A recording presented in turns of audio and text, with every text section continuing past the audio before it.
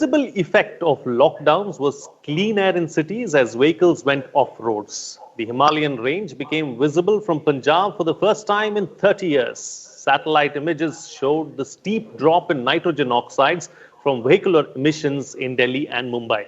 As lockdowns ease and roads fill up again, we'll see pollution return. But the experience of breathing fresh air reinforces the case for switching to electric vehicles.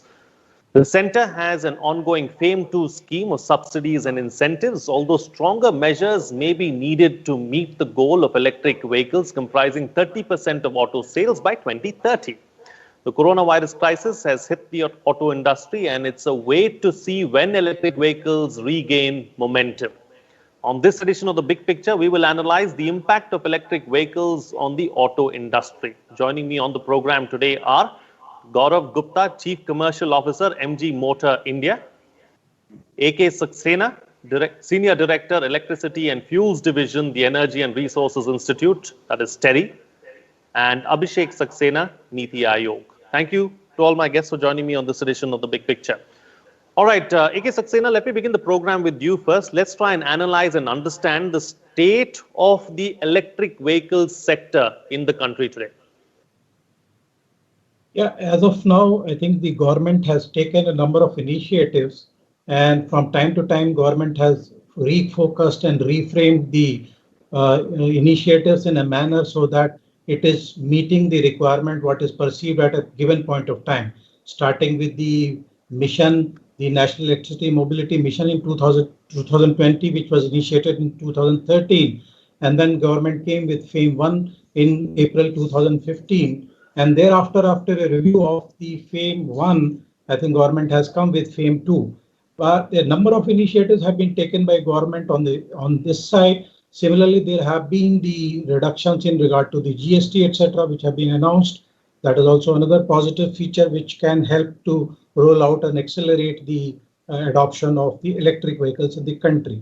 On the policy side also, EV policies has been made by a number of states, and the tariffs have also been announced by the number of state electricity regulatory commissions for the electric vehicle charging. So I think the map has been rolled out now. Now it has to be seen that how does the consumer and the industry take it so that it can get accelerated in the time to come. The FAME2 has started just about a year ago or so. I think we have to see that how do we move forward and how does the acceleration take place.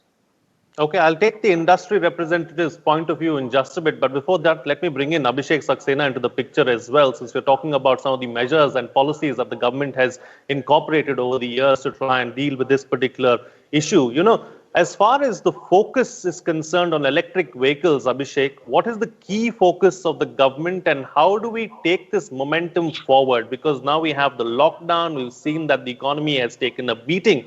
And as a whole, if you look at electric vehicles, they're expensive as compared to their other counterparts. So what should we do? Agreed.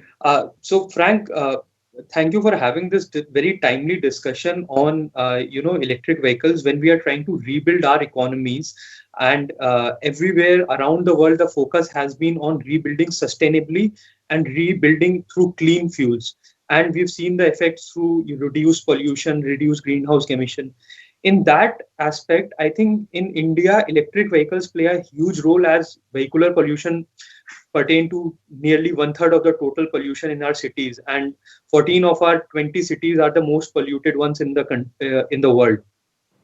So in that background, I think electric vehicles will play a huge role in promoting clean mobility solutions in our cities and in rural areas. In that, the focus of the government is very clear that we want to promote clean and shared mobility, and we want to focus extensively on public transport. So when I say clean and shared mobility, what I mean is we are looking extensively at promoting zero emission vehicles in buses, in three-wheelers, in two-wheelers, which form nearly around 80-85% of our vehicular mix. And if I look at how India actually moves, and if I see how the data from Census 2011, if I remove the non-motorized transport kind of vehicles, this constitutes nearly 90% of the vehicular travel that we have in India. And in Indian cities, a lot of people actually move by buses, move by three-wheelers, and a lot of people are actually now shifting to two-wheelers.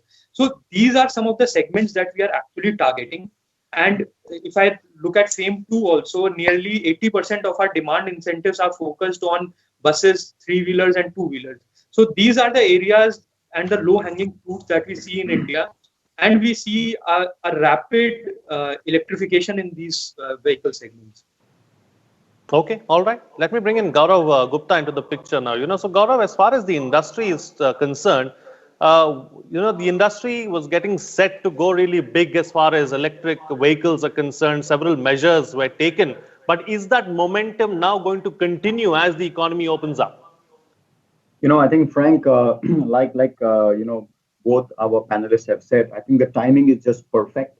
Largely because any kind of government actions also requires consumer adaptation and consumer choice as such, right? So the way we see this is that clean mobility is what we want on the top, but it has to have the three supporting pillars.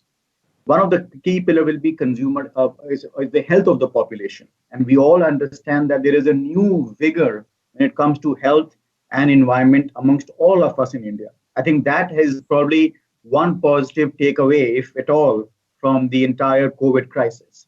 The second is the energy plan that the government has got, in terms of what is the energy basket, what kind of FAME 2, etc. implementation plans will be there. And then third is technology, right? When you put all these three things together, that drives the momentum of clean mobility. By itself, if you have a plan, it kind of hangs loose. So I think the way we all have said, and you talked about breathing clean air, we all understand it. In terms of affordability, yes, some more actions will be required to drive in the initial acquisition cost of electric vehicle. And I think generally more awareness has to still be crept in, so that people understand that, yes, we have to take that first step. Otherwise, it will always be a follower approach. That is a key factor. And I think, it has to go across various modes of transport. So yes, public transport, definitely, two-wheelers, and then moving on to passenger vehicles also. Like you talked about the percentage targets as such, yes, some of these have taken a bit of a backseat over the last 12 odd months because we do understand technologies will continue in parallel. It cannot replace completely for sure. But electric vehicles, clean energy vehicles are the way for the future. And I think that requires more focus in the times to come now. So we've got a good start because consumers, in fact, we've got many calls over the last 30, 60 days that because we had our electric vehicles selling only in 5 centers, NCR, Ahmedabad, Mumbai, Hyderabad, and Bangalore. And over the last 2 months, we've got calls from other state capital customers saying, can you also expand your sales to our locations?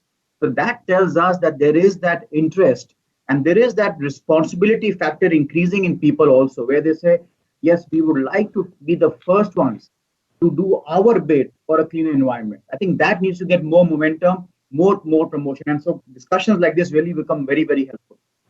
I guess you made a valid point there where, the onus has to be on every individual as well to try and create a cleaner environment and create a better atmosphere for everyone around. Taking the discussion forward now, AK Saxena, as far as, electric vehicles are concerned, what are some of the biggest challenges, do you believe, in the times to come? I think the biggest challenge as of now is that the range anxiety which the consumer finds, number one. And associated with that is the availability of the public charging infrastructure, which is there in place. And thirdly, I think the time taken to charge the vehicle. These are the three important factors which come to the mind of a consumer when he starts thinking about the electric vehicles. When as a passenger you start from home or from whatever location you are in and you want to reach your destination, one has to be very sure that the battery has the capacity to make him travel to the required distance. And if at all there is any shortfall or the requirement of charging, then the adequate number of charging infrastructures are available on the way. And then the time taken for charging, which is extremely important because we have all seen the experience when the CNG was introduced in the country, the long queues which were there at the filling stations and the time taken for filling the gas was certainly a demotivating factor for the consumers to switch in from the IC engine based vehicles to the CNG vehicles, CNG as a fuel. And I think these are the key challenges which the consumer finds in shifting to the e-vehicles. Yeah. Absolutely. And since we're talking about challenges, Abhishek, how do we, overcome some of these challenges? What needs to be done in the immediate near future so that these challenges can be addressed? Right. So I think Mr. Saxena has actually rightly pointed out the range anxiety, but I want to bring to the table a couple of points regarding this. See, Indian vehicular mix is very different from what you see in Europe or United States or other Western countries. You have around 80% sales, which is of two-wheelers. You have buses, you have autos and three-wheeler rickshaws, which you don't see in the other Western countries. Now, the charging infrastructure solutions for them would be very different from what you see in a passenger vehicle or cars. Uh, for example, that you have seen a lot of innovative solutions like battery swapping coming up. With these, you just plug and play the new battery. You have a downtime of somewhere around 2 to 3 minutes, and you get a new battery solution for that. So I think you have to understand that in India these solutions are actually coming up, and like you've seen a huge proliferation of electric rickshaws in India.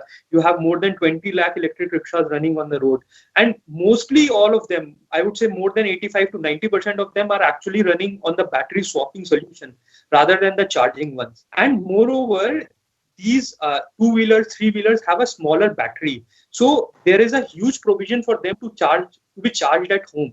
So I'm not saying that we don't need public charging infrastructure. We actually need that, because we need to instill confidence in our masses. We need to create awareness around them. But the need for them is not that great as we see in probably countries like US, Norway, London, UK, France, Germany, because the vehicular mix in India is different, and you have different solutions that are actually coming up. Besides that, you see, so as other panelists have rightly pointed out, there is a cost differential that is there at present, and the cost differential is in the prices of upfront buying. So the point is, we as public policy think tank, Niti Aayog, and other ministries are actually striving to bring that price parity between electric vehicles and internal combustion engines at the upfront price level only. And mind you, at this point of time, it is very important to note that the operating cost of an electric vehicle is actually 1/5 to 1/10 the operating cost of an internal combustion engine. So the total cost of parity within a period of 3 to 4 years across all vehicle segments have actually been achieved. But through measures like FAME incentive or through measures like GST reduction, we've removed the permit requirements for commercial electric vehicles. We have brought down the registration fees to zero. We have asked states to reduce the road tax to zero, and other with non-fiscal incentives like green number plates and other measures. So we've taken a huge plethora of measures to bring down the price of it. Now I think the ball lies in the industry's court also, along with the government players, that they scale up the production and bring the production from other countries with like China to India, and have a whole supply chain of electric vehicles in India to get to the mass production and get to that threshold where your electric vehicles are competitive not only in Indian markets but also for the export purposes. Okay, let me take that point that you're making with Gaurav Gupta now. Gaurav, I think that's an interesting point that Abhishek has made about how the industry too needs to step up now and scale up as well, and try and sort out this cost differential that he's talking about. I think rightfully said. I'll give you a case in point. I'll give you a bit of the overall industry perspective. Probably I'll take a bit of a leap beyond passenger vehicles. That's where we are operating in. But just talk about that, and then I'll talk also about what should the industry be doing also to play its card to drive this entire vision forward. If you look at it, largely you have two-wheelers, commercial vehicle movement, and then you also have passenger vehicles. We talked about two-wheelers, which was pretty much evident in terms of battery swapping, etc. And many startups have come in this area. So actually, that can be a huge momentum as we go forward. In terms of commercial, especially public transport routes, they are pretty much fixed routes. You know that they'll go from point A to point B. What will be the travel duration? I think that transfer, as we're talking about, and we are seeing that is happening in many state transport corporations, that can accelerate, and people will start to see that also on the roads. Coming to passenger vehicles, I think this is where I will take a leap forward and say, I think the whole approach has to be of an ecosystem factor. You just cannot just launch an electric vehicle and say, hey, this is an electric vehicle. And that's what, at least when we at MG Motor, we were bringing in our ZS electric vehicle, we were bringing it to India. We actually assessed all these concerns because we said, if you are a customer today, Frank, if you were to buy an electric vehicle today, what would be in your mind? The first one is range anxiety. So many countries in the world earlier, in other countries, had given incentives to firstly just build an electric vehicle. Then over time, they said electric vehicle, you will get an incentive if the range is beyond 100 kilometers, 200, 300, 400, 500. So you start evolving technology. And today, frankly, in our case, in our point, our ZS EV, for example, with one charge, you can get 340 kilometers in one as the full range in just one full charge, which is quite substantial for any intercity movement or intracity movement for almost 3 to 5 days, literally. And even with the 340-kilometer range, even if you take 10% plus minus degradation, you are still pretty much good to travel. So that range anxiety takes care of it. Second is in terms of the now here is the ecosystem part, charging infrastructure and charging time. These are the two other concerns. So once you've got a car with good range, your next concern becomes, where will I charge my car? This is where our approach has been that as industry, you have to look at addressing it at the first stage. So most of the passenger cars, at least, ZS, we are giving a charging cable on board itself. So you charge it at home using any 15 ampere socket. And today, the government of Delhi, for example, has given very preferential tariffs to provide when you put an AC fast charger in customers' homes. That's their second step. Affordable rates at about 4.5 rupees a watt. So therefore, in case of ZS EV, which is the largest battery, 44.5 kilowatt, you're able to charge the car in less than 300 rupees all put together, and you get a range of 340. All put together, you are less than 1 rupee per kilometer. So it's very effective. The third part is that as a company, we tied up with some of the global players like Fortum, Delta, Exicom, and said we will put DC fast chargers in our dealerships. So you have mobility options because you can charge the car at home using the normal cable 15 ampere socket. We will install free of cost an AC fast charger in your house, which is again charging your car in 6 to 8 hours. That's like the way we charge our mobiles, literally, right? And it gives you a full range, and it will not be 6 hours every time because you have always some residual charge in your car always. Then third is you go to any dealership, quick, less than 50 minutes, full top up is available to you because that is DC fast charging. This is like, the way we would go to a petrol pump and fill up our diesel and gasoline in the car, right?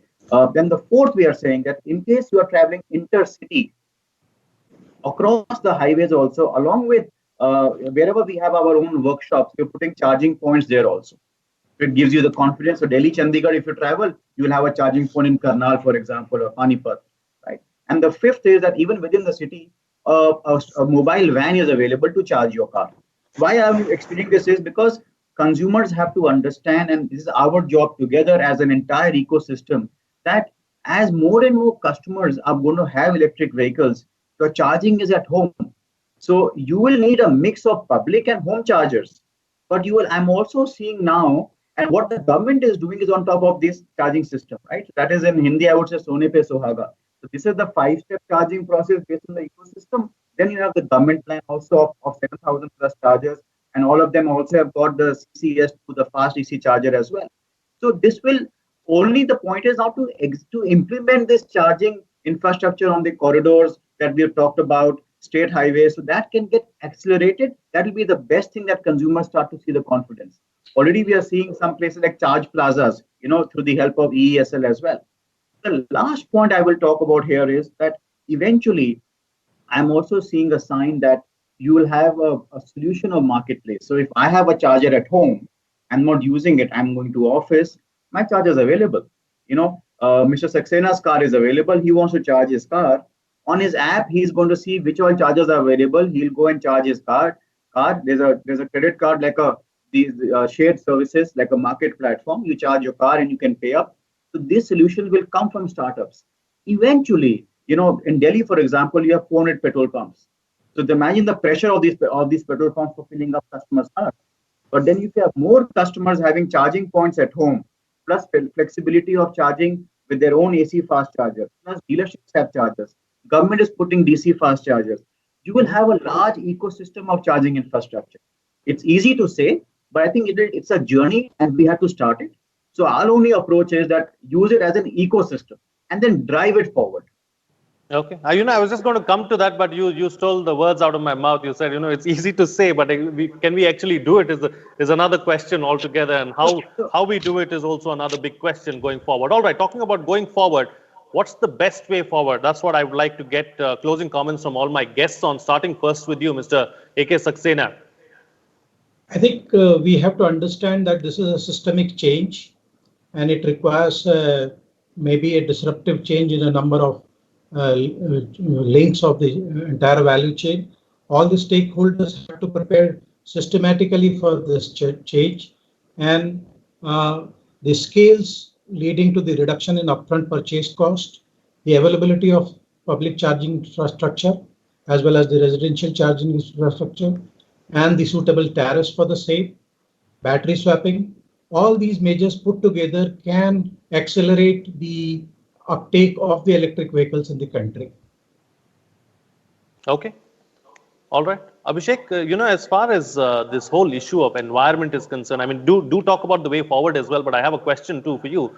Environment and ecosystem and everything that's spoken about electric vehicles and how it will be, a boost really as far as the entire environment and ecosystem is concerned. But then there are others who talk about how disposal of batteries can cause more harm and more damage, and there are those aspects that need to be addressed as well.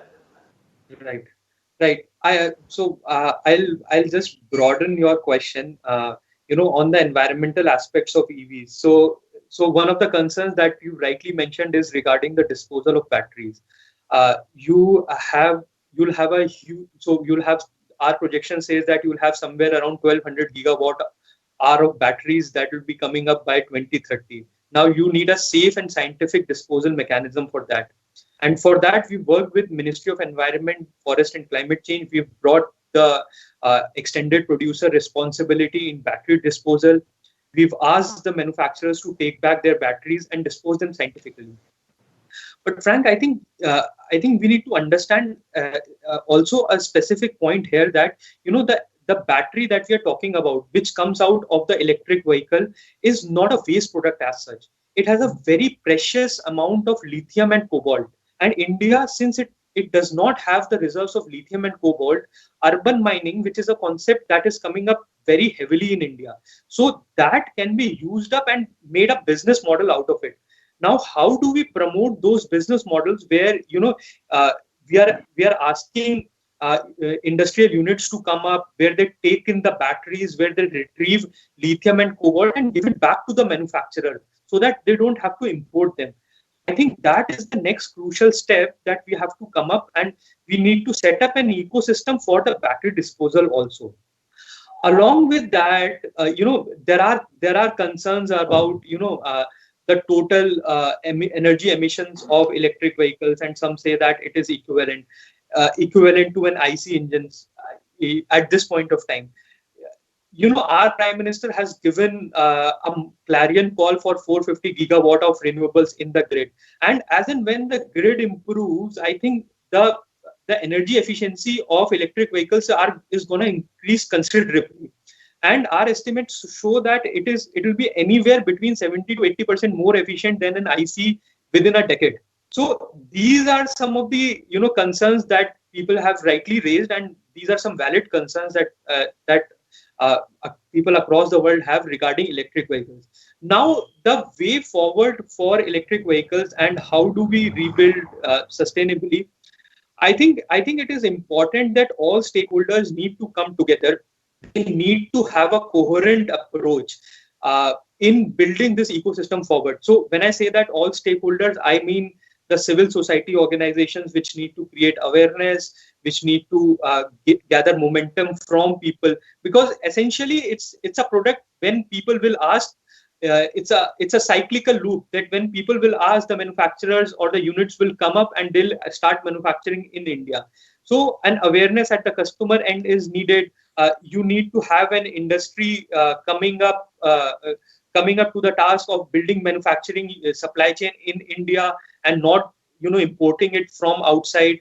You have a lot of resources. You have the backbone of automobile industry, which is the world's most competitive, I can say, in the world.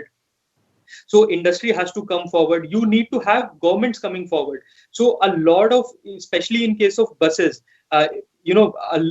state governments have a huge deficit of public transport system in their cities.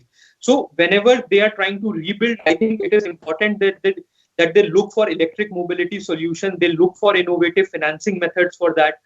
And along with that, other institutions like financial bodies, NBFCs, banking institutions, these need to come up and provide adequate credit supply also for electric vehicle ecosystem.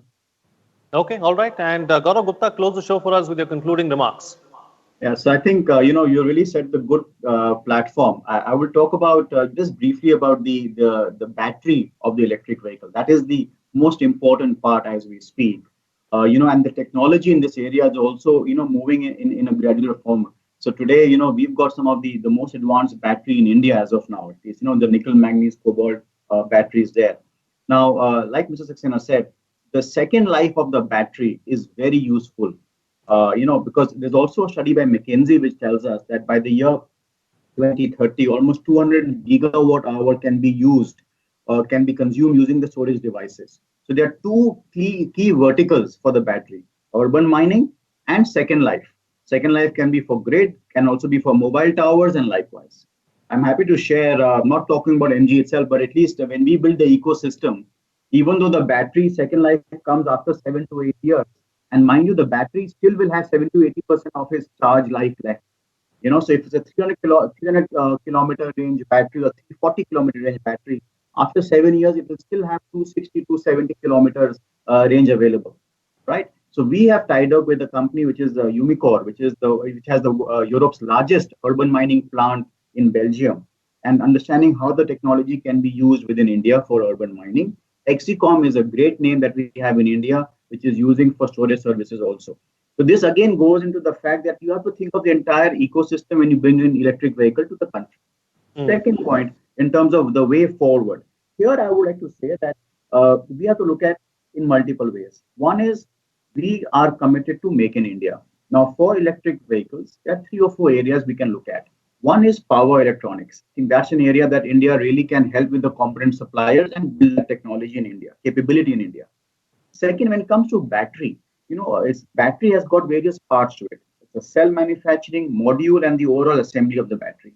At least in MG, we are already working on bringing the battery assembly plant within India so that can serve the requirement as the first step. And then, of course, it will evolve based on the demand also.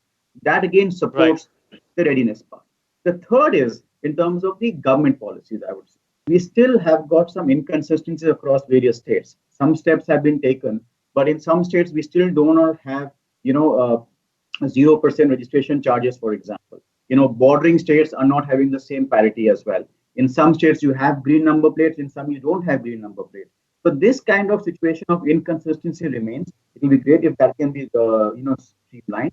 The other part is also in terms of the overall energy drive plan.